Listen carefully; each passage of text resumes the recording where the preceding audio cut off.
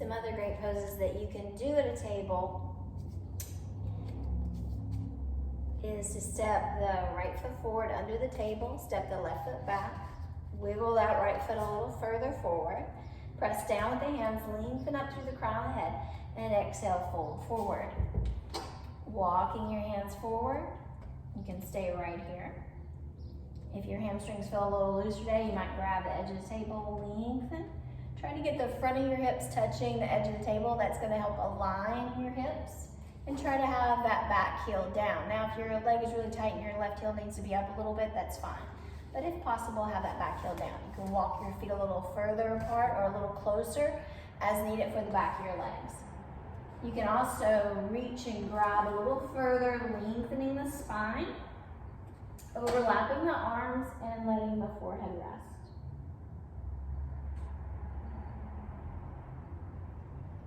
Soften the shoulders, relax the neck, soften the eyes, soften the belly.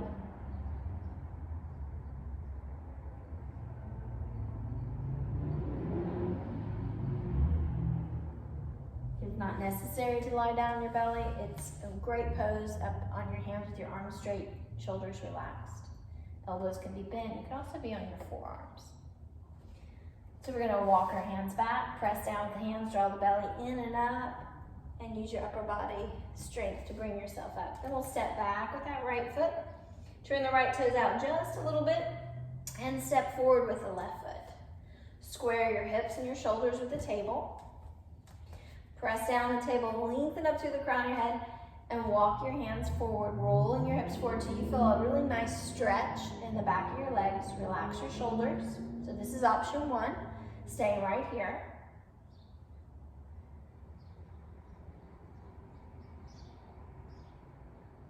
You want to smile into your hips, your ribs, and your throat, which just simply means bring your spine into neutral.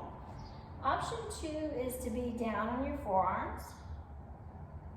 Option three is to grab the edge of the table, pull, lengthen, overlap the arms, and let your forehead rest on your arms. Shoulders relax, eyes relax.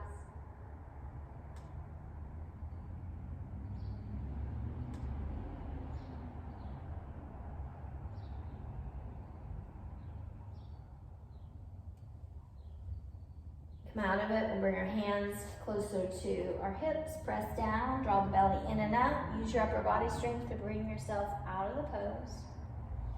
Then you can turn your right toes out, open up your belly to the right, but keep your left toes and your left knee pointing straight ahead.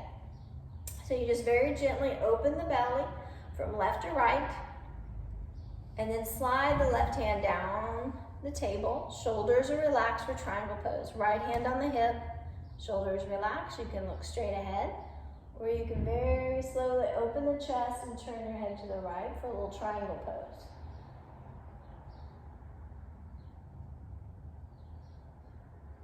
Smile into your hips, your ribs, and your throat.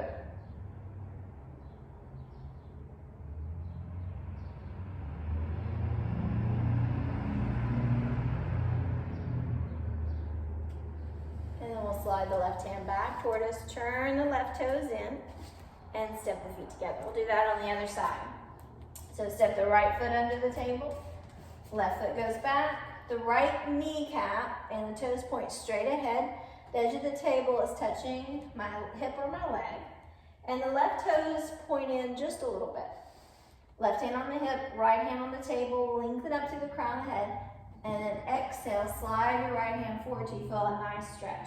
If you pull on your right hand, you can draw these right side ribs into the body. Now that can be really helpful if you have a right thoracic curve, and you just draw the right ribs in to minimize that curve. Shoulders are relaxed. You can look straight ahead, or you can turn your head and look to the left, opening up your belly and your chest to the left. Soften the shoulders, soften the jaw, slow, steady breathing.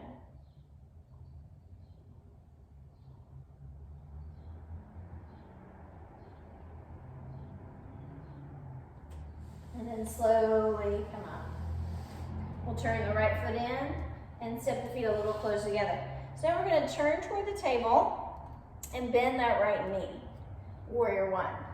So press down the table, lengthen up through the crown of the head. Draw these front ribs in and back if needed, lengthening the belly up. So draw the skin of the front of the hips upward and the skin of the back of the hips downward, so that you get a nice stretch in your left groin. You might be feeling it in the psoas muscle in the front of that left thigh. So option 1 is hands are on the table. Option 2, the left arm comes up. Option 3, both arms come up. Smiling into the hips, the ribs, and the throat. Shoulders relaxed, looking straight ahead. And we'll bring our hands to the table. Step back, lengthening through your tailbone, pulling back through the hips, lengthen through the crown of the head.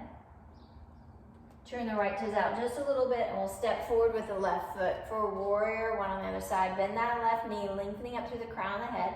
Square the hips and the shoulders at the table. Stack the left knee over the ankle. Point the left toes and left kneecap straight ahead. Try to have the hips as square as you can. Pull the front of the hips upward, and the back of the hips, the skin of the back of the hips is lengthening downward.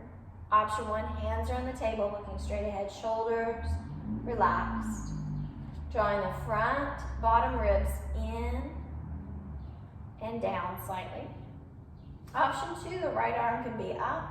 As you lengthen up through those right fingertips, you might feel a deeper stretch of the psoas muscle, a deeper stretch in that right groin. You might be feeling this in your leg, your hip, your back. Of course, you're going to still feel it in that right calf and in the right leg in general. And option 3, both arms up. So choosing the arm option that feels the best to your body. Slow, steady breathing.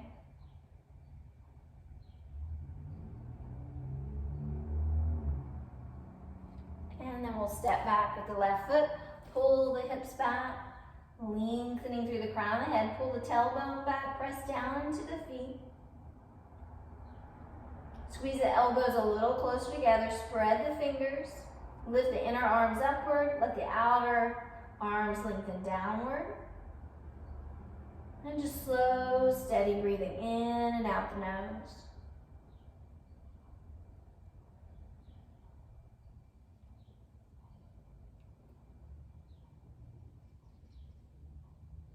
And then walk your feet forward. Thank you for practicing with me. Peace.